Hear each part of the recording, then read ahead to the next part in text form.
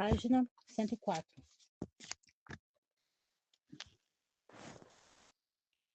Diz que é beriberi, eu não sei que. O caso é que nunca vi em dias de minha vida semelhante diabo de moléstia, e que o tal, como chama, está matando de repente, que nem obra do sujo, credo. Até parece castigo, Deus me perdoe.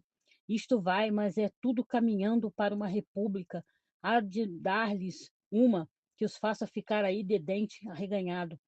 Pois o que o Senhor, se já não há temente de Deus, já poucos são os que rezam. Hoje, com perdão da Virgem Santíssima, e bateu uma palmada na boca, até padres que não prestam. Raimundo continuava a rir. Quanto mais observou ele de bom humor para fazer falar, quanto mais se Vossa Excelência conhecesse certos povos da Europa meridional, então é que ficaria pasmas deveras. Credo, minha Nossa Senhora, que inferno não irá por esse mundão de esconjurados. Por isso é que agora está se vendo o que se vê, benza-me Deus. E benzendo-se ela própria com ambas as mãos, pediu que a deixassem ir dar uma vista de olhos pela cozinha. Eu não estar lá e o serviço fica logo para trás. Caem no remancho, diabo das pestes. Afastou-se gritando desde a varanda pela Brígida, que estavam a pingar às 9 e nem sinal de almoço. Raimundo e Ana Rosa ficaram a sós defronte um do outro. Ela, de olhos baixos, confusa na aparência, quase aborrecida, e ele, de cara alegre, a observá-la com interesse, gozando em contemplar, assim de perto, aquela provinciana simples e bem disposta, que se lhe afigurava agora uma irmã de quem ele estivera ausente desde a infância. Deve ser, com certeza, uma excelente moça, calculou de si para si. Pelo seu todo, está a dizer que é boa de coração e honesta por natureza, além do que bonita. Sim, que até aí Raimundo ainda não tinha reparado que sua prima era bonita. Notou-lhe então a frescura da pele, a pureza da boca, a abundância dos cabelos. Achou-a bem tratada, as mãos claras, os dentes asseados, a tez muito limpa, fina e lustrosa, na sua palidez simpática de flor do norte. Principiaram a conversar depois de algum silêncio, com muita cerimônia. Ele continuava a dar-lhe excelência, o que a constrangia um tanto. Perguntou-lhe pelo pai, que tinha ido para o armazém como de costume e só subiria para almoçar e para jantar. Daí queixou-se da solidão em que vivia no aborrecimento daquela casa, um cemitério de triste. Lamentou não ter um irmão e, em resposta a uma pergunta que lhe fez o rapaz, disse que lia para se distrair, mas que a leitura muitas vezes a fatigava também. O primo, se tinha um romance bom, eu lhe emprestasse.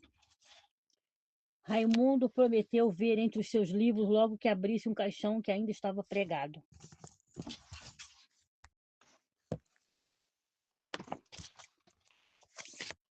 Página 106. A propósito do romance, entrou a conversa pelas viagens. Ana Rosa lamentou não ter saído nunca do Maranhão. Tinha vontade de conhecer outros climas, outros costumes. Entusiasmava-se com a descrição de certos lugares. Falou, suspirando, da Itália a Anápolis. Não, objetou o rapaz. Não é que Vossa Excelência supõe. Os poetas exageram muito. É bom não acreditar em tudo que eles dizem, os mentirosos. E depois de uma ligeira súmula das impressões recebidas na Itália, perguntou à prima se queria ver os seus desenhos. A menina disse que sim, e Raimundo, muito solícito, correu a buscar o seu álbum. Logo que ele se levantou, Ana Rosa sentiu um grande alívio. Respirou como se lhe houvessem tirado um peso das costas, mas já não estava tão nervosa e até parecia disposta a rir e gracejar. É que Raimundo, no meio da conversa, dissera despretensiosamente que simpatizava muito com ela, que a achava interessante e bonita. E isto, sem precisar de mais nada, tornou-a logo bem disposta e restituiu-lhe ao semblante a sua natural expressão de bom humor.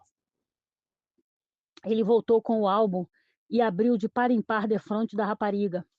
Começara a ver Ana Rosa, era toda atenção para os desenhos, enquanto Raimundo a seu lado se virando as folhas com seus dedos morenos e roliços e explicando as paisagens montanhosas da Suíça, os edifícios e os jardins de França e os arrabaldes da Itália. E contava os passeios que realizaram, os almoços que tiveram em viagem, as serenatas em gôndola, ia dizendo tudo o que aqueles desenhos lhe chamavam à memória. como chegar a certo lago, como passar a tal ponte, como fora servido em tais e tais hotéis, e o que sabia daquele chalezinho verde que a aquarela representava escondido entre árvores sonolentas e misteriosas. Página 107. Ana Rosa escutava com silêncio de inveja. Que é isto? Perguntou ela, ao ver um esboço que expunha 2 bispos já amortalhados dentro de competentes caixões de defunto, como à espera do momento de baixarem à terra. Um estava imóvel, de mãos postas e olhos cerrados, o outro, porém, erguia-se a meio e parecia voltar à vida. Ao lado deles havia um frade. Ah, fez ele rindo, e explicou. Isso é copiado de um quadro que vi na sacristia do velho convento de São Francisco da Paraíba, no norte. Não vale nada, como todos os quadros que lá estão, e não poucos, pintados sobre madeira, um colorido impossível, as figuras mal desenhadas, muito duras. Esse é um dos mais antigos, copiei-o por isso. Pura curiosidade cronológica. Vê esse escudo nas mãos do frade? Tenha a bondade de virar a página, que Vossa Excelência encontrará um soneto que aí estava escrito a pincel. Ana Rosa virou a folha e leu. Este quadro, leitor, onde a figura vivo de um bispo te põe, que morto estava, mostra quanto Francisco o estimava, pois não quer vá com culpa à sepultura. Olha o outro defronte, em que a pintura jugulado o expõe. Este formava contra a ordem 1000 queixas que esperava fossem dos frades trágica jatura. Tu agora, leitor, que a diferente sorte 3 vezes nestes 2 acontecida, toma-te a que for mais conducente. O primeiro ama a ordem e torna a vida, o segundo a aborrece e o golpe sente ambos. Prêmio tem por igual medida.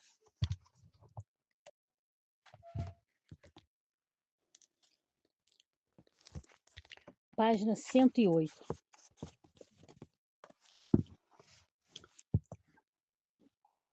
Quem há de gostar disto é vovó. Ela tem muita devoção com São Francisco. Olha, aí tem Vossa Excelência um dos pontos mais bonitos de Paris. É desenho de um pintor, meu amigo, muito forte. Essas ruínas que aparecem ao fundo são as Tulherias. E passaram a conversar sobre a Guerra Franco-Prussiana, extinta pouco antes. Ana Rosa, sem desprender os olhos do álbum, via e ouvia tudo com muito empenho. Queria explicações, não lhe escapava nada. Raimundo, debruçado nas costas da cadeira em que ela estava, tinha às vezes de abaixar a cabeça para afirmar o desenho e roçava involuntariamente o rosto nos cabelos da rapariga. Ao virar de uma folha, deram de súbito com um cartão fotográfico que estava solto dentro do livro, um retrato de mulher sorrindo maliciosamente numa posição de teatro, com as suas saias em cambraia, curtíssimas, formando-lhe uma nuvem vaporosa em torno dos quadris, como nu, pernas e braços de meia. Oh, articulou a moça, espantando-se como se o retrato fosse uma pessoa estranha que viesse estremecer-se no seu colóquio. E maquinalmente desviou os olhos daquele rosto expressivo que lhe sorria do cartão com um descaramento muito real e uma ironia atrevida. Declarou-a logo detestável. Ah, certamente, é uma dançarina parisiense, explicou Raimundo, fingindo pouco caso. Tem algum merecimento artístico. E tomando a fotografia com cuidado, para que Ana Rosa não percebesse a dedicatória nas costas do retrato, colocou entre as folhas já vistas do álbum. Ao terminarem, ele falou muito da Europa e, como a música viesse à conversa, pediu a Ana Rosa que tocasse alguma coisa antes do almoço. Passaram-se para a sala de visitas e ela, com um grande acanhamento e um pouco de desafinação, executou vários trechos italianos. Benedito apareceu à porta de corpo nu e senhor está chamando para a mesa. O almoço correu pilheriado e alegre. O cônego Diogo Vieira, a convite de Manuel, no propósito de saírem os dois, mais o Raimundo, para dar uma vista de olhos pelas casinhas de São Pantaleão. Servida a segunda mesa, os caixeiros subiram com grande ruído dos pés. Por esse tempo, aqueles 3 surgiam na rua, formando, cada qual mais vivo contraste com os outros. Manuel, no seu tipo pesado e chato de negociante, calças de brim e paletó de alpaca, o cônego imponente na sua batina lustrosa aristocrata, mostrando as meias de seda escarlate e o pé mimoso apertadinho no sapato de polimento. Raimundo, todo europeu elegante, com uma roupa de camisimira leve, adequada ao clima do Maranhão, escandalizando o bairro comercial com o seu chapéu de sol, coberto de linho claro e forrado de verde pela parte de dentro. Formavam, dizia este último, chasqueando, sem tirar o charuto da boca, uma respeitável trindade filosófica, na qual ali o senhor Cônego representava a teologia, o senhor Manuel a metafísica e ele, Raimundo, a filosofia positiva, o que, aplicada à política, traduzia-se na prodigiosa aliança dos três governos, o do papado, o monarca e o republicano. Ana Rosa espreitava-os e seguia-os com a vista curiosa por entre as folhas semicerradas de uma janela. Por onde seguiam, Raimundo ia levantando a atenção de todos. As negrinhas corriam ao interior das casas, chamando aos gritos assim a moça para ver passar um moço bonito. Na rua, os linguarudos paravam no ar estúpido para examiná-lo bem. Os olhares mediam-no grosseiramente da cabeça aos pés, como em desafio. Interrompiam-se as conversas dos grupos que ele encontrava na calçada. Quem é aquele sujeito que ali vai de roupa clara e um chapéu de palha? Ora essa, pois ainda não sabes? Respondia o Bento. É o hóspede de Manuel Pescada. Ah, este é que é o tal doutor de Coimbra? O cujo, afirmava o Bento. Página 102.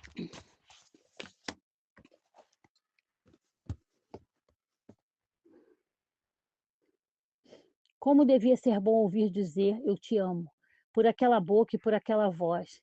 E ficava assustada, como se de fato, no silêncio da alcova, uma voz de homem estivesse a segredar-lhe junto ao rosto palavras de amor.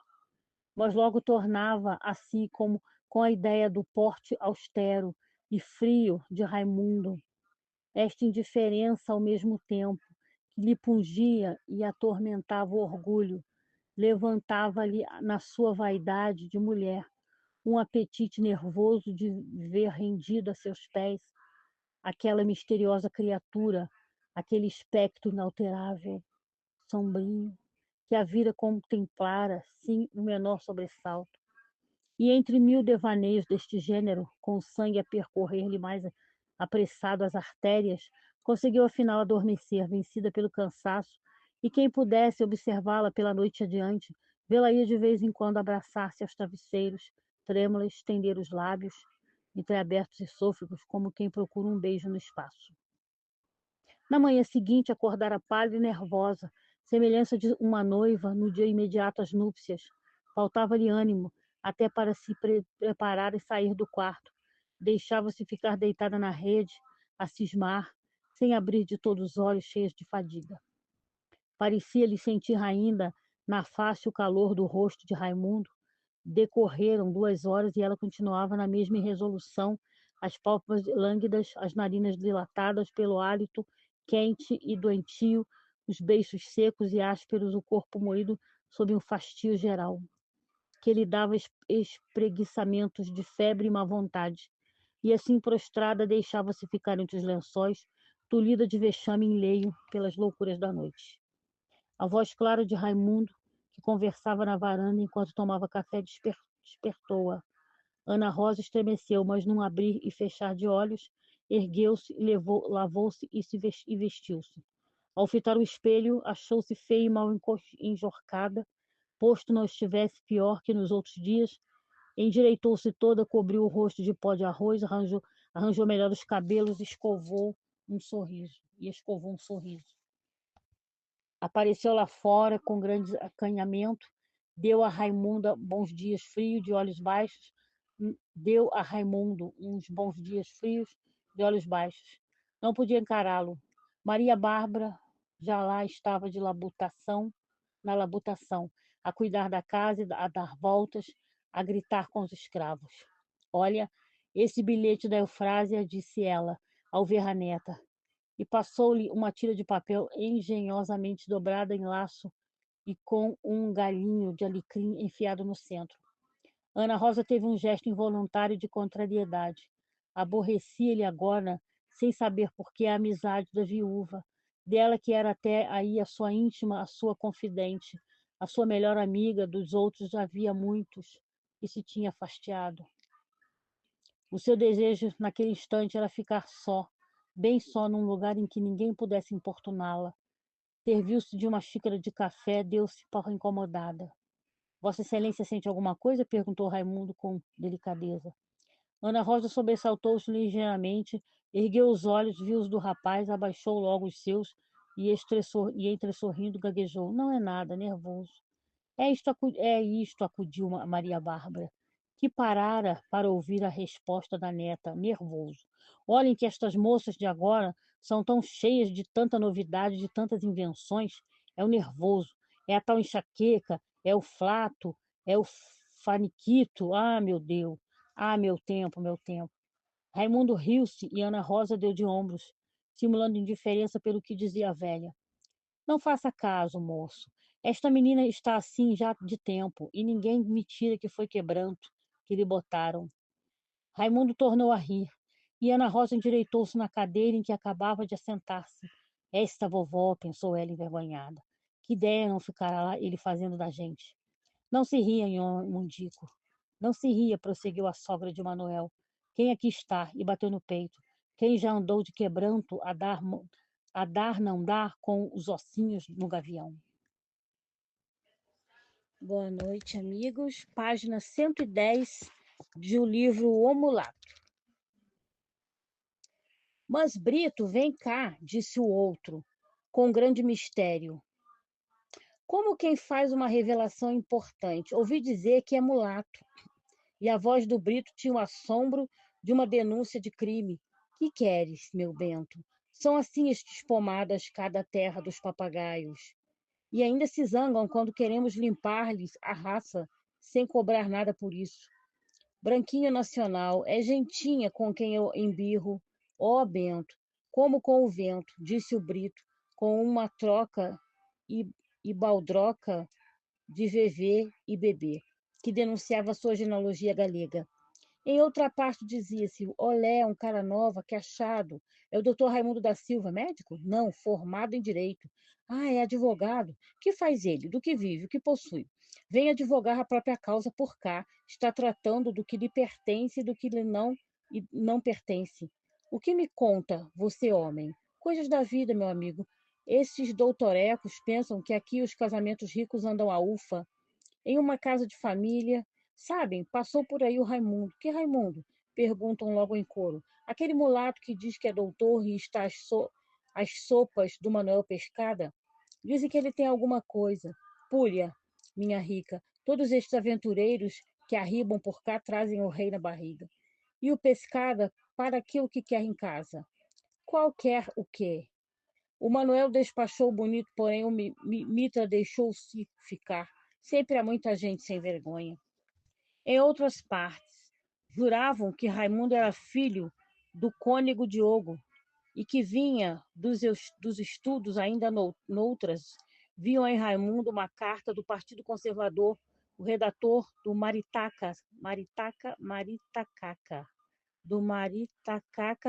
dizia a um correligionário: espere um pouco, deixe chegarem as eleições e então você verá este sujeito de cama e mesa com o presidente. Olhe, eles hão de dar-se perfeitamente, porque tanto cara de safado tem um como o outro.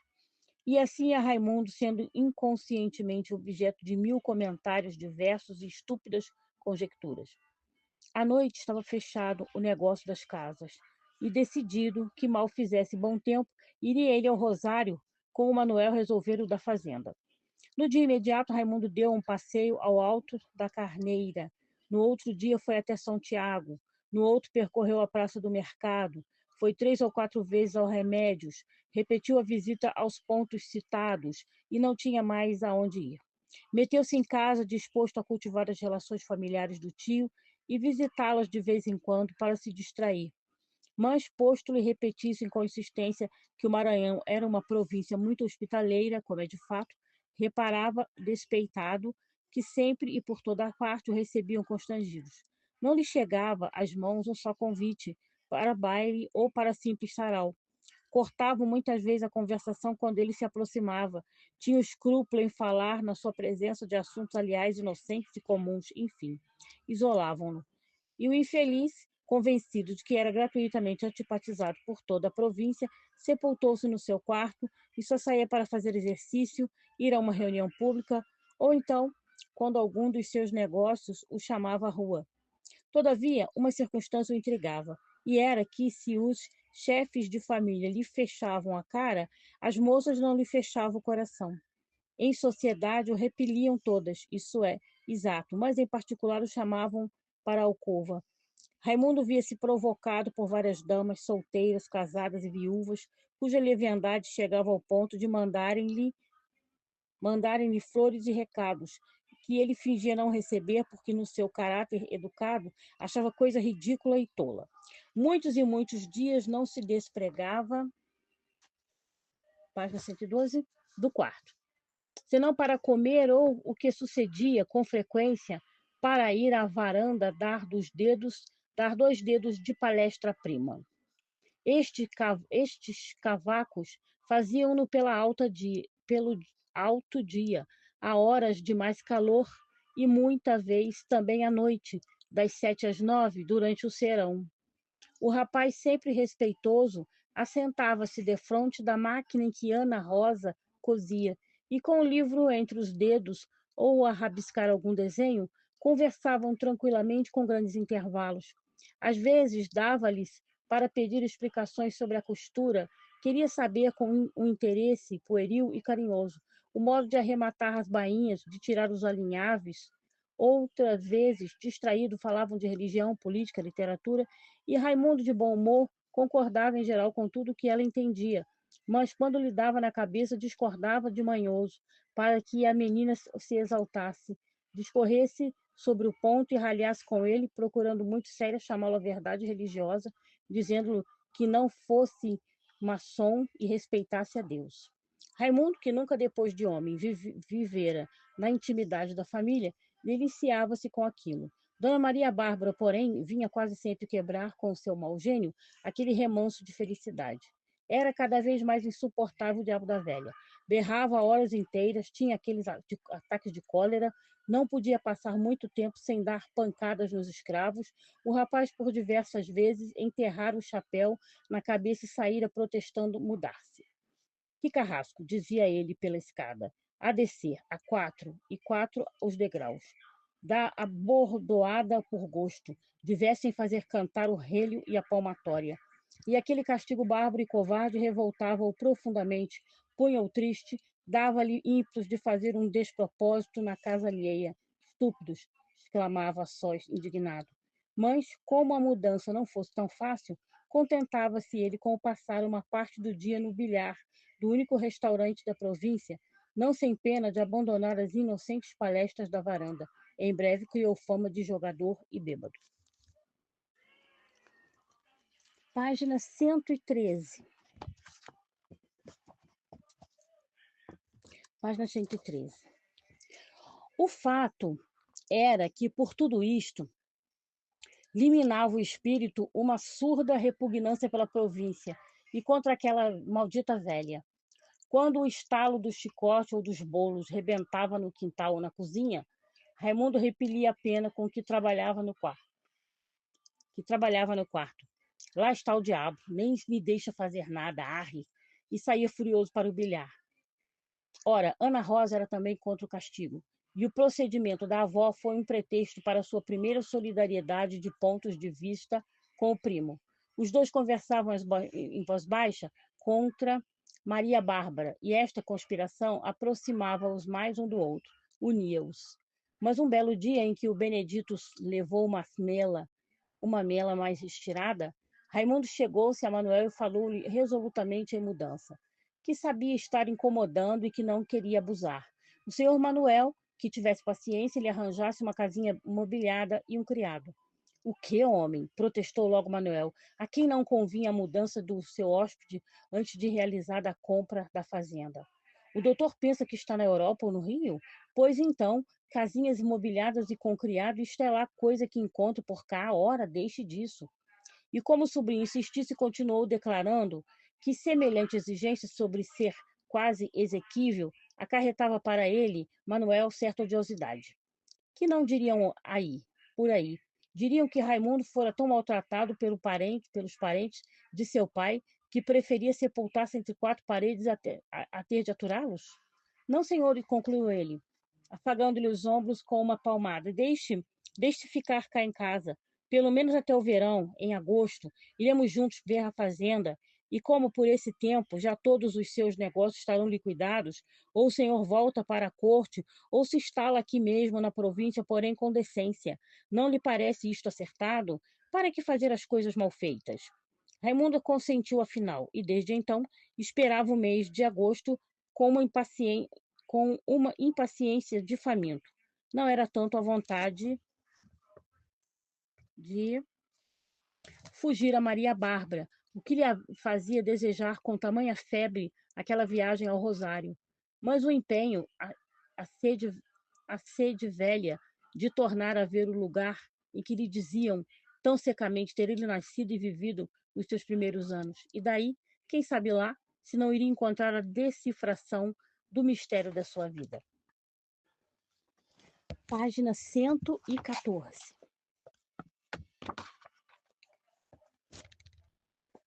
Esperou e na espera entretinha-se todos os dias com Ana Rosa, tanto e com tal satisfação que ainda nos princípios de junho confessava já não lamentar a dificuldade da mudança.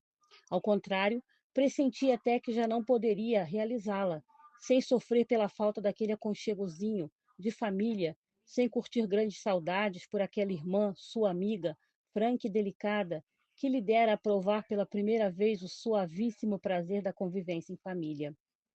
Efetivamente, a filha de Manuel já era muito chegada a Raimundo. O tratamento de excelência desaparecera como inútil entre parentes que se estimam. Os sustos, os sobressaltos, as desconfianças que dantes a acometiam na presença daquele moço austero e na aparência tão pouco comunicativo foram substituídos, graças às providências do negociante sobre Maria Bárbara, por momentos agradáveis, cheios de doçura, em que o primo ora contava com graças às peripécias de uma jornada, ora desenhava a lápis a caricatura dos conhecidos da casa, ora solfejava alguma melodia alemã ou algum romance italiano, ou, quando menos, lia versos e contos escolhidos. Ana Rosa sentia em tudo isso um grande encanto, mas incompleto. Raimundo, pelos modos, parecia que lhe não tributava mais do que respeitosa amizade de irmão. E isto para ela não bastava. Raro era o dia em que a moça, sob qualquer pretexto, não lhe fazia uma carícia disfarçada. Dizia, por exemplo, esta varanda é muito fresca. Não acha, primo? Olhe, veja como tenho as mãos frias. E entregava-lhe as mãos, que ele tenteava frouxamente com medo de ser indiscreto. Outras vezes fingia reparar que o rapaz tinha os dedos muito longos e vinha-lhe a fantasia medi-los com os seus, e queixava-se de ameaças de febre e pedia-lhe que lhe tomasse o pulso. Mas a todas essas dissimulações da ternura, a todas essas tímidas hipocrisias do amor, sujeitava-se ele frio, indiferente e por vezes distraído. Este pouco caso desesperava. Doía-lhe aquela falta de entusiasmo, aquele nenhum carinho por ela, que tanto se desvelava em merecê-lo. Certos dias, a pobre moça aparecia sem querer dar-lhe palavra e, com os olhos vermelhos e pisados, Raimundo atribuía tudo a qualquer indisposição nervosa e procurava distraí-la por meio da conversa, da música, sem nunca lhe falar do aspecto triste e abatido que lhe notava. Tinha receio de impressioná-la e só conseguia afligi-la mais, porque Ana Rosa, quando ao levantar-se da rede, se percebia pálida e triste, esforçava-se por conservar intacta a fisionomia, a expressão da sua mágoa, na esperança de comovê-lo, de ser interrogada por ele, de ter enfim uma ocasião de confessar-lhe o seu amor. O ar friamente atencioso de Raimundo, as suas perguntas calmas, cristalizadas pela delicadeza com que ele se informava da saúde da prima, a imperturbabilidade médica, com que falava daquelas tristezas, daquela insônia, daquela falta de apetite, a formal condescendência que afetava, como por obséquio, a uma pobre convalescente que se não deve contrariar, enchiam-na de raiva e despedaçavam-lhe a esperança de ser correspondida. Uma ocasião em que ela se lhe apresentou muito mais desfeita e pálida, Raimundo chamou a atenção de Manuel para a saúde da filha. Tenha cuidado, disse-lhe, aquela idade é muito perigosa nas mulheres solteiras. Talvez fosse acertada uma viagem. Em todo caso, não há efeito sem causa. É bom consultar o médico. Manuel coçou a cabeça em silêncio. A verdadeira causa já o frete lhe havia declarado, mas como Raimundo voltasse à questão e pintasse o caso muito feio, insistindo em que era preciso fazer alguma coisa, teve o bom português nessa mesma tarde uma conferência com o compadre e com o seu caixeiro Dias, a quem prometeu sociedade comercial na hipótese de que se efetuasse para o seguinte mês, como ficava resolvido o casamento dele com Ana Rosa. Página 116. Mas a dona Nica levará em gosto? Perguntou o Dias, abaixando os olhos com o melhor sorriso hipócrita do seu repertório. Naturalmente, respondeu Manuel, porque da última vez que lhe toquei nisso, ela deu-me esperança. Agora é provável que dê certeza. De não casar, talvez, observou o cônego. Como não casar? Como? Eu lhe digo. E o cônego apresentou as suas razões, fez bons argumentos, estabeleceu premissas, tirou conclusões, citou máximas latinas e declarou que aquela hospedagem do cabrocha no seio da família nunca fora tão do seu gosto, e que para se tratar do casamento de Ana Rosa, a primeira coisa a fazer era afastá-lo da casa. Mas o negociante, que colocava os seus interesses pecuniários acima de tudo, abanou as orelhas às palavras do compadre e descreveu a atitude respeitosa e desinteressada de Raimundo ao lado de Ana Rosa. Falou no empenho com que o sobrinho quis mudar-se, no seu horror pela província, no seu entusiasmo pela corte, e lembrou que fora ele próprio, até, coitado, quem provocara aquela conferência dos três. Terminou dizendo que por esse lado nada temia, além de que depositava bastante confiança no bom senso de sua filha. Não por aí podiam estar descansados, não há perigo a recear. Veremos, veremos. Enquanto não assistir ao casamento, desde aqui com a minha afilhada, estou no que disse. Cui fidas vide. E o cônego assoou-se com estrondo. Assoou-se com estrondo. Nessa mesma noite, Manuel, aproveitando a ausência do hóspede, levou a filha ao quarto de Maria Bárbara. A velha embalava-se na rede, bebendo seu fumo de corda no cachimbo, e fitando um velho oratório de pau santo. Ana Rosa, intrigada com a situação, encostou-se a uma cômoda, e o pai, depois de discorrer sobre várias coisas indiferentes, disse que no dia seguinte viriam as amostras da casa do Vilarinho para a noiva escolher as fazendas do seu enxoval.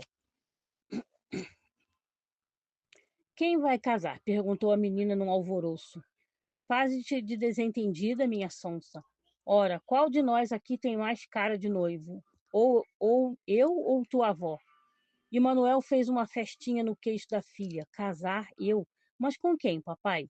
E Ana Rosa sorriu, porque calculou que Raimundo a pedira em casamento. Ora, com quem havia de ser, minha disfarçada? E desta vez foi Manuel que riu, iludido pelo bom acolhimento que a filha dera à notícia. Não sei, não, senhor, respondeu ela, com ar de quem sabe perfeitamente. Com quem é? Anda lá, sonsinha, não sabes outra coisa? E enquanto Ana Rosa parecia muito ocupada em raspar com as unhas uns pingos de cera velha espalhados pela madeira da cômoda, continuou o negociante. Mas por que não me falaste com franqueza há mais tempo, sua caprichosa, fazendo o pobre rapaz supor que não o querias? Ana Rosa ficou séria. O pai acrescentou: a fazê-lo coitado, andar por aí tão derreado, que até me tinha dó, me tinha dó. Como? Pois então não sabes como andava o nosso Dias? O Dias? Interrogou Ana Rosa empalidecendo, e fez-se muda a cismar. Só despertou com estas palavras: ora, senhores, tem graça. Tem graça não, senhora. Vosmecê disse que o aceitava para marido. Que diabo quer dizer agora esta mudança? Ah, que temos mouros na costa. Bem me dizia o compadre. Não sei o que lhe disse o padrinho, mas o que eu lhe digo, pô, papai, é que definitivamente não me casarei com o Dias. Nunca, percebe? Página 118. Mas, Anica, tu se já não o queres, é porque tem outro de olho. Não sei não, senhor. E baixou os olhos. Bem vê-la. Isto já me vai cheirando mal. Ora dizes uma coisa, ora dizes outra. O mês passado respondeste-me na varanda.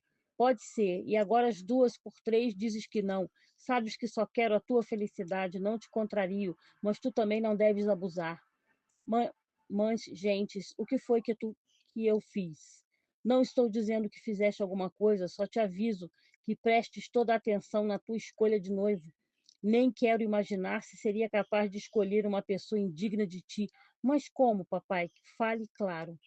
Isto vai a quem toca, não sei se me entendes. Ora, seu Manuel, exclamou Maria Bárbara, levantando-se e pousando no chão o enorme cachimbo de taquari do Pará. Você já vezes tem lembranças que parecem esquecimento. Pois então, uma menina que eu eduquei e olhar e gritou com mais força: Para quem, seu? Para quem, seu Manuel? Bem, bem, vejam se não é mesmo vontade de provocar uma criatura. Bem, bem, eu não digo isto para ofender. Desculpou-se o negociante, mas é que temos cá um rapaz bem parecido que um cabra, berrou a sogra, e era muito bem feito que acontecesse qualquer coisa para você ter mais cuidado no futuro com as suas hospedagens. Também só nessa cabeça entrava a maluqueira de andar metendo em casa crioulos cheios de fumaças. Hoje todos eles são assim, súzia de apistolados. Dá-se-lhes o pé e tomam a mão. Corja, julgue-se, mas é muito feliz em não lhe ter recebido o coice. Porém, fique você sabendo que só a mim o deve. Sei a educação que dei à minha neta. Por esta respondo eu. E quanto ao cabra, é tratar de despachá-lo já, e já, se não quiser, depois ter de pegar-se com trapos quentes. Página 119. Página 119. Pois bem, senhora. Amanhã mesmo tratarei disso. Oh, e Manuel pensou logo em aconselhar-se com o cônego. Ana Rosa continha o choro. Vou para meu quarto, disse ela com mau modo. Ouça, opôs-lhe o pai, detendo-a.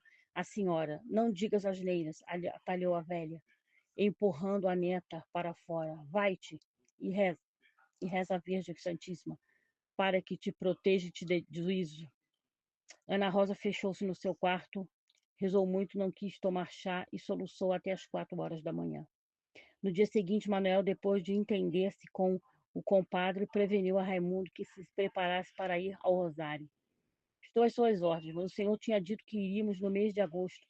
É certo. Porém, o tempo está seco e para a semana temos lua cheia. Podemos ir sábado, convém-lhe? Como quiser, estou pronto. E daí a pouco, Raimundo foi ao quarto verificar se os seus pertences de viagens, a borracha de aguardente, as botas de montar, as esporas e o chicote, achavam-se em bom estado de servir. Estranhou encontrar tudo isso mexido e remexido de muito fresco, como se alguém houvesse se servido daqueles objetos. Já não era o primeiro reparo que fazia desse gênero. Por outras vezes quis-lhe parecer que alguém curioso de mau gosto se divertira a mexer-lhe os papéis e a roupa. Talvez bilhotice do moleque. Mas no dia seguinte, por ocasião de deitar-se, achou sobre o travesseiro um atracador de tartaruga preso a um laço de veludo preto. Reconheceu logo esses objetos, pertenciam a Ana Rosa. Mas como diabos vieram eles imoralmente parar ali na sua cama? Havia nisso, com certeza, um mistério ridículo que convinha pôr a limpo. Lembrou-se então de ter ficado uma vez muito intrigado por descobrir na escova e no pente de seu uso fios compridos de cabelo de mulher, sem dúvida, e mulher branca. Página 120. Já amassado, Resolveu passar busca minuciosa em todo o quarto e encontrou os seguintes corpos de delito: 2 ganchos de pentear, um jasmim seco, um botão de vestido e 3 pétalas de rosa. Ora, estes objetos lhe pertenciam, tanto quanto o pentinho de tartaruga e o laço de veludo. Quem fazia a limpeza e arrumava o quarto era o Benedito. Este também não usa laços nem ganchos na cabeça. Logo, como havia pensado, alguém se divertia em vir na sua ausência revistar o que era dele e se alguém só podia ser Ana Rosa. Mas que diabo vinha ela fazer ali? Como adivinhar o fim daquelas visitas extravagantes? Seria simples curiosidade ou andaria naquilo à base de alguma intriga maranhense tramada com o morador do quarto ou talvez, quem sabe, contra a pobre menina? Fosse o que fosse, em todo caso, era urgente pôr cobro e semelhante pataquada. Desde esse dia, Raimundo prestou atenção a todos os objetos que deixava no quarto, marcou o ponto em que ficava o álbum, o despertador, um livro, o estojo de barba ou qualquer coisa que o moleque não precisasse tirar do lugar para fazer a limpeza. E com estas experiências, cada vez mais se convencia das visitas misteriosas. Os corpos delito reproduziam-se escandalosamente.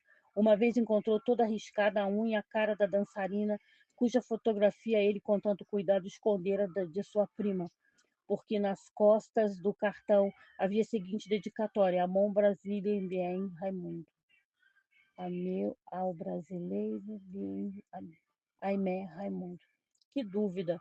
Todas as suspeitas recaíam sobre a bela filha do dono da casa. A graça, porém, é que Raimundo, apesar de não agradar à sua índole de homem sério e franco, tudo que cheirasse a subterfúgio e ilegalidade, sentia, no entanto, certo gosto vaidoso em preocupar tanto a imaginação de uma mulher bonita. Lisonjeava-lhe aquele interesse, aquela espécie de revelação tímida e discreta. Gostou de perceber que seu retrato era, de todos os objetos, o mais violado. E, como bom polícia, chegou a descobrir-lhe manchas de saliva que significavam beijos. Mas, ou fosse levado pela curiosidade, ou fosse na desconfiança de ser tudo aquilo obra de algum patife, ou fosse, enfim, porque o fato repugnasse ao seu caráter honesto, verdade é que liberou aproveitar a primeira oportunidade para acabar com aquela mistificação. Poucos dias depois, saindo de casa e demorando-se defronte da porta a conversar com alguém, viu da rua fecharem cuidadosamente as rótulas do seu quarto. Não hesitou, subiu pé ante pé, atravessou a varanda deserta e foi direto ao seu aposento.